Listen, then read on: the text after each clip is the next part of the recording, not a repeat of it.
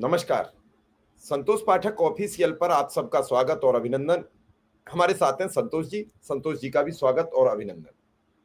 बहुत बहुत धन्यवाद शिव जी और तमाम दर्शकों को नमस्कार। और आज एक बड़ी खबर लेकर हम आपके सामने आए। वो बड़ी खबर क्या है? सुर बदलने लगे, ताल बदलने लगा है। और सुर ताल पर जो थिरकाने की कोशिश कर रहे थे किसी और को, थिरक कोई और गया और सुर और ताल ऐसा बिगड़ा कि जबान से कुछ ऐसा निकल गया, हरकतों से कुछ ऐसा निकल गया। और नीतीश कुमार बीजेपी कार्यालय में, ये आपके लिए बड़ी चौंकाने वाली खबर है, लेकिन ऐसा है।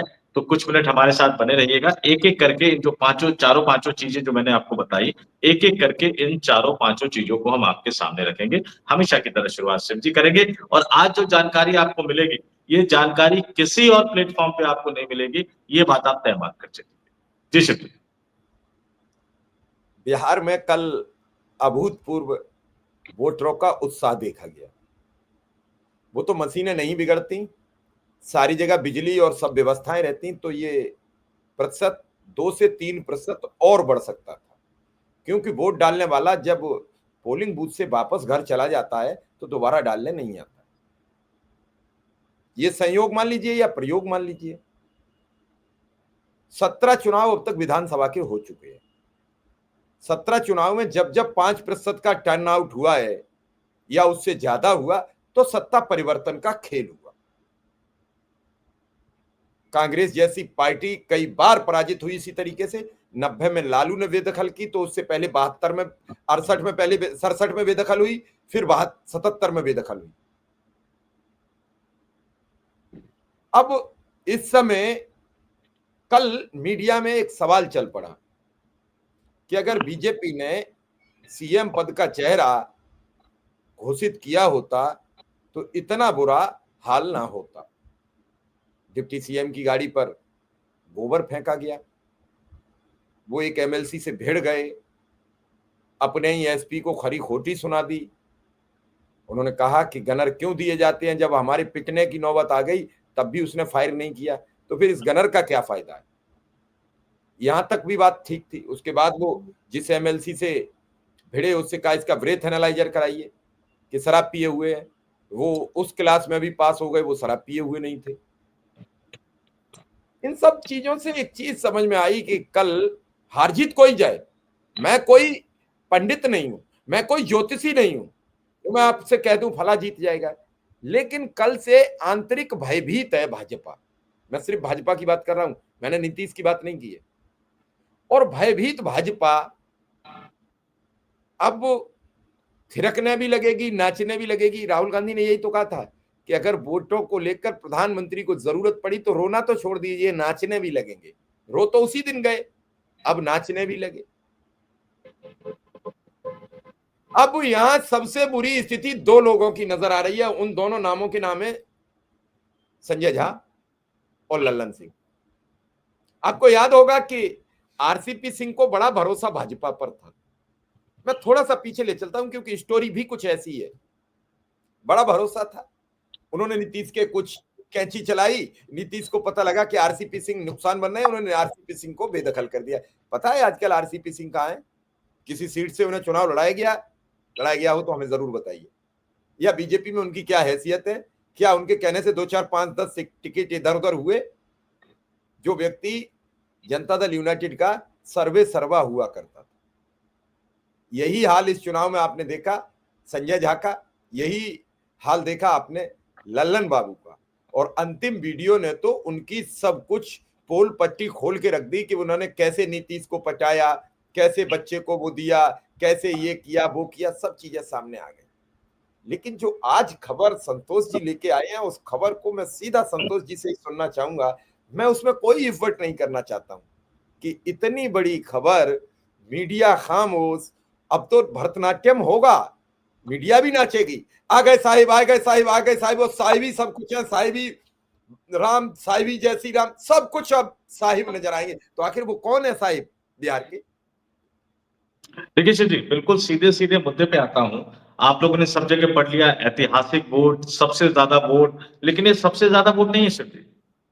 ये आजादी के बाद सबसे ज्यादा मतदाताओं ने बिहार के विधानसभा चुनाव में पहली बार वोट किया है। ये प्रथम चरण का आंकड़ा बता रहा है और मैं आंकड़ों के साथ बात करता हूं। मैं बिहार के सभी विधानसभा चुनाव का आंकड़ा लेकर बैठा हूं शिव जी। अमित शाह की बोली कैसे बदल गई, नीतीश को कैसे भाजपा कार्यालय पहुंचा दिया गया, क्या हो रहा है, कैसे ताल बदल रहे हैं, कैसे सुर बदल रहे हैं, कैसे तीन के फेर में भारतीय जनता पार्टी फंस गई। उस पर आने से पहले जरा मैं एक वोटिंग परसेंटेज आपको बता देता हूं। देश की आजादी के बाद पहला आम चुनाव 1951-52, सबसे कम वोट हुआ था 42.6%।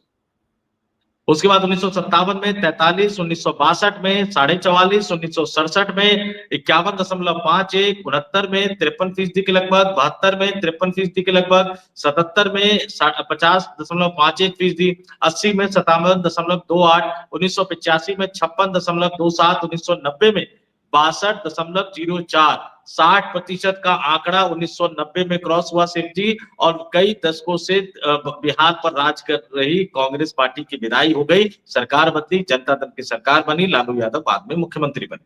1995 61.79, 1995 में फिर 60% क्रॉस हो गया। 1995 लालू यादव की व्यक्तिगत तौर पर अपनी बहुत बड़ी जीत थी, टीएन शेषन के ईमानदारी से चुनाव कराए जाने के बाद, वो भी एक बड़ी खबर थी। उसके बाद 2005 का फरवरी में 46.5%, किसी की सरकार नहीं बन पाई, सत्ता की चाबी रामविलास पासवान के पास थी, लेकिन वो मुस्लिम मुख्यमंत्री पर अड़ गए, बाद में उनकी पार्टी टूटने लगी। तो वो चूंकि केंद्र में मंत्री थे 2005 में, तो उन्होंने मनमोहन सिंह की सरकार पर प्रेशर डालकर राष्ट्रपति शासन लगवा दिया। फिर अक्टूबर में 6 महीने बाद दोबारा चुनाव हुए, उस चुनाव में 45.85 मतदाताओं ने वोट किया। 2010 के चुनाव में 52.73, 2015 के चुनाव में 56.91, 2020 के चुनाव में 57.29 और 2025 के चुनाव में पहले चरण में 64.69%। यानी देश की आजादी के बाद बिहार में पहली बार सबसे ज्यादा मतदाताओं के प्रतिशत ने मतदान किया। और एक ये बड़ा संकेत, ये बड़ा संकेत है। मैंने करीब 15-20 दिन पहले एक स्टोरी में जिक्र किया था शिव जी की नीतीश कुमार को लेकर एक सिंपैथी की लहर उभर रही। नीतीश कुमार ने निश्चित तौर पर देखिए पिछले कुछ सालों में जरूर उनके शासन में कई तरह की कमियां आ गई, लेकिन नीतीश कुमार ने वाकई बिहार को उस समय उम्मीद दी थी, आशा दी थी, जब बिहार अंधकार में चला जाता जा रहा था। नीतीश कुमार ने एक नए बिहार को बनाने में एक कोशिश की थी, शुरुआत की थी, बाद में डिरेल हो गए। तो नीतीश कुमार को लेकर सहानुभूति बिहार के मतदाताओं में थी, नीतीश कुमार को लेकर सहानुभूति बिहार के महिला मतदाताओं में भी थी। और उससे भी ज्यादा सहानुभूति इस बात को लेकर थी कि उनको लग रहा था कि भारतीय जनता पार्टी के गुजरात से आए दो नेता एक बिहार के बेटे को कैसे राजनीतिक वनवास पर भेज सकते हैं। ये बिहारी बनाम गुजराती अस्मिता का मुद्दा ये उठा तो तेजस्वी यादव रहे थे, लेकिन जाने अनजाने में इसने फायदा किसको पहुंचा दिया, नीतीश कुमार को पहुंचा दिया। नीतीश कुमार कितनी सीटों पर आगे बढ़ गए वो हम आगे एक स्टोरी में चर्चा करेंगे, क्योंकि उस पर विस्तार से चर्चा करने की जरूरत है।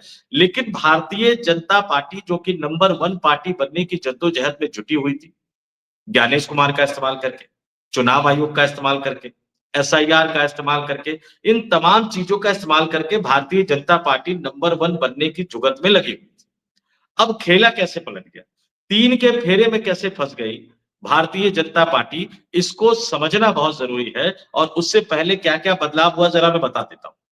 आज भारतीय जनता पार्टी के पटना के कार्यालय में शिव जी, भारतीय जनता पार्टी के पटना के कार्यालय में नीतीश कुमार की एक आदमकद प्रतिमा लगाई गई है, आदमकद पोस्टर लगाया गया है। और उसमें नीतीश कुमार को भाई, नीतीश और नरेंद्र मोदी दोनों को भाई भाई कहा गया है। वरिष्ठ पत्रकार उमा शंकर सिंह है, उमा शंकर सिंह ने बाकायदा उस वीडियो को जो है वो उन्होंने पोस्ट किया है। और उस पोस्ट में नीतीश कुमार का आदमकद जो प्रतिमा या पोस्टर कह लीजिए, पोस्टर ज्यादा कह लीजिए, उसको लगाया गया है। और उस पोस्टर में नीतीश कुमार बड़ा लगाया गया है, उसके बाद बीजेपी का चुनाव चिन्ह है, यानी कमल का चुनाव चिन्ह है, और दोनों तरफ कमल का चुनाव चिन्ह है। और रफ्तार पकड़ चुका बिहार, फिर से एनडीए सरकार, और उसके साथ भाई भाई बताया गया देश के प्रधानमंत्री नरेंद्र मोदी को, नीतीश कुमार।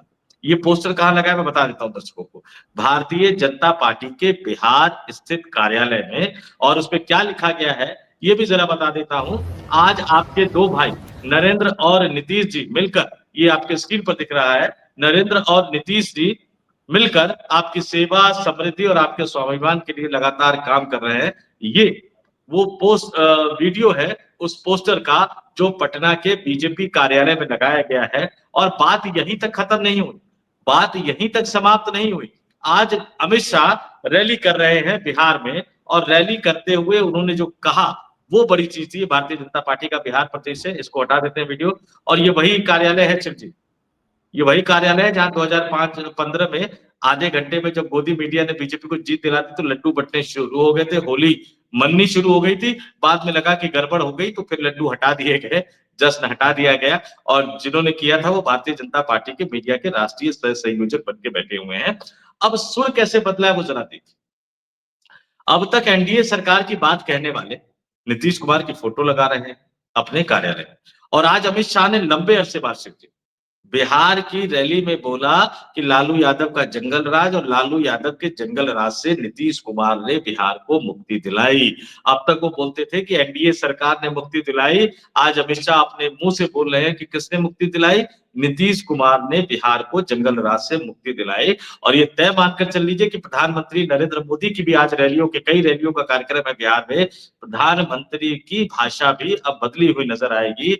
वो भी नीतीश सरकार को, नीतीश कुमार को क्रेडिट देते हुए नजर आएंगे बदले हुए बिहार की, बिहार के विकास की, लालू यादव को घेरने की कोशिश करते हुए। तो नीतीश कुमार का नाम आना, नीतीश कुमार को क्रेडिट देना, नीतीश कुमार की जो तस्वीर है वो भारतीय जनता पार्टी के प्रदेश कार्यालय में लगाना, ये बता रहा है कि भारतीय जनता पार्टी तीन के झमेले में फंस गई है, तीन के फेर में उलझ गई है, और अब उनको समझ नहीं आ रहा। मैं एग्जैक्ट बता देता हूं क्या है। अमित शाह ने शुरू किया बोलना, और भारतीय जनता पार्टी ने अपने सोशल मीडिया पर पोस्ट किया अमित शाह का, मगर नीतीश बाबू ने जंगल राज को समाप्त कर दिया है। ये लाइन अमित शाह की, ध्यान से मैं दोबारा करता हूं कि मगर नीतीश बाबू ने जंगल राज को समाप्त कर दिया है। और आगे फिर वो 10 साल बिहार में कैसे विकास हुआ, क्या हुआ, अगले 5 साल बिहार को विकसित बिहार बनाने की जो बात कही, वो तमाम चीजें कहते हुए नजर आए। तो ये सुर बदलना ये बता रहा है कि बिहार में चीजें बदलनी शुरू हो गई है, और पहले चरण के से ऐतिहासिक चुनाव अमित शाह की रणनीति को पूरी तरह से ध्वस्त कर दिया है। अब समस्या इस बात की नहीं है कि क्या होगा, अब 121 सीटें तो ईवीएम में कैद हो चुकी हैं। जिसे हारना होगा वो हार चुका होगा, जिसे जीतना होगा उसको जीत मिल गई होगी। कल से लगातार जो बीजेपी से सवाल करते हैं पत्रकार, वो सब ये कह रहे थे कि भाजपा को बड़ा नुकसान हो गया नीतीश कुमार का मुख्यमंत्री पद का नाम घोषित न करने से। दूसरे पक्ष ने तेजस्वी को आगे बढ़ा के ये बढ़त कायम कर ली कि चेहरा तय हो गया कि अगर सरकार बनी तो तेजस्वी मुख्यमंत्री बनेंगे। अब नाम तो आप जानते ही हैं, नरेंद्र मोदी का पहले दिन से हो जाता है कि प्राइम मिनिस्टर बनेंगे तो बढ़त कायम कर लेते हैं। पिछले चुनाव में यह तय हो जाता कि राहुल गांधी को ही इंडिया प्राइम मिनिस्टर बनाएगी, तो आज भारतीय जनता पार्टी सरकार में नहीं होती। संतोष जी, मैं बड़ी दूर की बात कह रहा हूं। और अगर जनता को, जैसे तेजस्वी ने साबित किया है कि हम चुनाव लड़ रहे हैं, ऐसे ही राहुल गांधी साबित करते, राजस्थान में अशोक गहलोत साबित करते, मध्य प्रदेश में कमलनाथ साबित करते, दिग्विजय सिंह साबित करते, तो आज केंद्र में सरकार इंडिया गठबंधन की होती, या नीतीश छोड़ के नहीं भागे होते। तो नाम का एक बड़ा महत्व है। अब बीजेपी पिछड़ चुकी है। अब बीजेपी को यह समझ में आ रहा है, जो आपने आंकड़ा दिया कि 1-3 से अगर सरकार, कहीं ऐसा ना हो सरकार आपस में आरजेडी और जदयू मिला के बना ले। ऐसा ना हो कि नीतीश इस बार हाईएस्ट मार जाए, 80-90 सीटें ले जाए, और कांग्रेस कहीं 35 सीटें ले आए। भाई, किसी का जो कांग्रेस का कल का ग्राफ आ रहा है वो सबसे हाईएस्ट आ रहा है कि कांग्रेस अपना बेहतरीन प्रदर्शन करने जा रही है बिहार में। तो बेहतरीन प्रदर्शन का यही मकसद है कि 61 सीटों पर लड़ रहे हैं तो कम से कम 30 सीटें जीते, और उधर 90 सीटें जीत जाए जदयू तो 120 हो गई उनकी। 2, 4, 5 तो नीतीश के लिए दाएं बाएं हाथ का खेल है। जीतनराम मांझी आ जाएंगे खुलकर, उनके साथ उपेंद्र कुशवाहा आ जाएंगे खुलकर। और ऐसे में प्रशांत किशोर का क्या होगा, जो तीसरे विकल्प बन रहे हैं, वो कह रहे हैं अगर 30 सीटें से ज्यादा 25 से आई तो मैं राजनीतिक संन्यास ले लूंगा। तो फिर क्या इसका मतलब एक तरफा इंडिया की जीत है? नहीं, राजनीतिक संन्यास तो शिव जी देखिए, राजनीतिक संन्यास एक बड़ा अजीब सा सिगुफा है। जिस अजीत पवार को चक्की पिसिंग कह रहे थे, वो अजीत पवार देवेंद्र फडणवीस की सरकार में उप मुख्यमंत्री है और अभी उनके बेटे पर कई तरह के गंभीर आरोप लगे और देवेंद्र फडणवीस ने इंक्वायरी का आदेश भी दिया है। तो वो तो संन्यास ले लूंगा, एक बड़ी अजीब सी बात है। लेकिन हम 3 के फेरे में कैसे कहते हैं कि भारतीय जनता पार्टी फंस गई? एनडीए गठबंधन को बिहार के विधानसभा चुनाव में सबसे बड़ी जीत मिली थी शिवजी 2010। ध्यान से सुनिएगा इस बात को। 2010 में जनता दल यूनाइटेड यानी नीतीश कुमार की पार्टी को 115 सीटें मिली थी, भारतीय जनता पार्टी को 91 सीटें मिली थी और बहुमत से सिर्फ 6-7 सीटें पीछे रह गए थे। लेकिन जैसे ही बिहार के विधानसभा चुनाव में जनता दल यूनाइटेड के बाद भारतीय जनता पार्टी दूसरे नंबर की पार्टी बनी, नीतीश कुमार के कान खड़े हो गए थे। अब ये हमें धोखा देने की सोच रहे हैं, वो सरकार पूरी चल नहीं पाई। ध्यान से सुनिएगा, 2010 में भारतीय जनता पार्टी जैसे ही दूसरे नंबर की पार्टी बनी, वो सरकार एक तरह से बिखरती हुई नजर आई। चुनाव नतीजों के बाद नीतीश कुमार ने अलग से प्रेस कॉन्फ्रेंस की। सरकार उन्होंने भाजपा के साथ मिलकर जरूर बनाई, लेकिन पहली फुर्सत जैसे ही उनको मिली, जब 2013 में अरुण जेटली को हटाकर भारतीय जनता पार्टी ने नरेंद्र मोदी को गोवा की कार्यकारिणी में चुनाव प्रचार अभियान समिति का मुखिया चुना, नीतीश कुमार एनडीए गठबंधन से बाहर हो गए। ये 2010 का वाक्य। अब 2015 पे आ जाइए। 2015 का चुनाव जो है वो नीतीश कुमार ने लालू यादव के साथ मिलकर लड़ा और 2015 के चुनाव में सबसे बड़ी पार्टी के रूप में उभरी राष्ट्रीय जनता दल 80 सीटों के साथ और नीतीश कुमार 71 सीट पर आए। और सबसे बड़ी पार्टी होने के बावजूद लालू यादव ने नीतीश कुमार को मुख्यमंत्री का समर्थन किया, क्योंकि उनके चेहरे का ऐलान पहले हो गया था। अब वो सरकार भी लंबी नहीं चली। नीतीश को जैसे ही पहली फुर्सत मिली, तुरंत उन्होंने उनका साथ छोड़कर बीजेपी के साथ दोबारा सरकार बनाने के लिए आ गए। अब तीसरी चीज देखिए, 2020 का विधानसभा चुनाव। 2020 के विधानसभा चुनाव में भारतीय जनता पार्टी 74 सीटों के साथ एनडीए गठबंधन की पहली पार्टी बनी और जो नीतीश कुमार 71 सीटें जीते थे 2015 के चुनाव में, वो 2020 के चुनाव में 43 सीटें उन्होंने सिर्फ जीती और वो विधानसभा में तीसरे नंबर की पार्टी बन गए। पहले नंबर की पार्टी बनी राष्ट्रीय जनता दल 75 सीटों के साथ। तो बीजेपी के साथ मिलकर सरकार तो बनाई, मुख्यमंत्री तो बने, लेकिन वो सरकार भी लंबी नहीं चली और जैसे ही मौका मिला उस सरकार को छोड़कर वो लालू यादव के साथ चले गए। अब भाजपा के साथ गलती क्या होगी? गलती पता है क्या होती है? कि आपने अपने किसी सेवक को आदेश दिया कि जाओ 4 डबल रोटी लेके आ जाना, मैं खाऊंगा उसको। लेकिन वो सेवक गया, लाने गया, उससे पहले पता लगा कि 2 रोटी किसी और ने लाके रख दी, आपने खा लिया, आपका पेट भर गया और तो कोई है नहीं, तो पैसा भी गया, बर्बाद भी हो गया। अब बीजेपी ने चुनाव आयोग को सेट कर दिया, बीजेपी ने ज्ञानेश कुमार को सेट कर दिया कि भाई 101 सीटों में से हमें इतनी सीट जिता के दो। लेकिन नीतीश कुमार अब उससे आगे निकल गए। अब नीतीश कुमार बिहार के विधानसभा में सिंगल लार्जेस्ट पार्टी बनने जा रहे हैं और अगर बीजेपी ने जो कोटी सेट की वो कामयाब हो गया तो भारतीय जनता पार्टी बिहार विधानसभा में दूसरे नंबर की पार्टी होगी, अगर चुनाव आयोग का खेला कामयाब हो गया। तो दूसरे नंबर की पार्टी के साथ नीतीश कुमार कभी सरकार बनाने में सहज नहीं होते हैं। शिव जी, मैं फिर बता दूं, जैसे ही सरकार, या तो सरकार बनेगी नहीं, नीतीश कुमार पहले ही खेला कर देंगे 14 नवंबर को। 14 नवंबर को इस देश के एक बड़े उद्योगपति के गिरफ्तार होने की खबर आ रही। जब उस बड़े उद्योगपति की गिरफ्तारी होगी तो क्या उसके बड़े भाई चुप बैठेंगे? खून की आवाज बड़ी तेज आती है शिव जी। पिछली बार छोटे भाई की गिरफ्तारी की नौबत आई थी, बड़े भाई ने पैसा देकर जेल जाने से बचाया था और इस बार जिस तरह से सरकार एक बड़े उद्योगपति के इशारे पर गिरफ्तार करने के लिए अड़ी हुई है, मैं नहीं जानता क्या कारण है। हो सकता है उनका भी कुछ धंधा पानी खरीदना चाह रहे हो और वो बेचना ना चाह रहे हो, क्योंकि उनके बेटे ने टेक ओवर कर लिया सब कुछ और बेटा बहुत अच्छी तरह से चला रहा है। बेटे में अपने दादाजी के गुण, तो बेटा बिजनेस बहुत अच्छी तरह से चला रहा है, तो हो सकता है वो बेचना ना चाह रहे हो। लेकिन अगर छोटे भाई को जेल भेजा जाएगा, छोटे भाई पर आ जाएगी, तो क्या वो 14 नवंबर को चुप बैठे रहेंगे?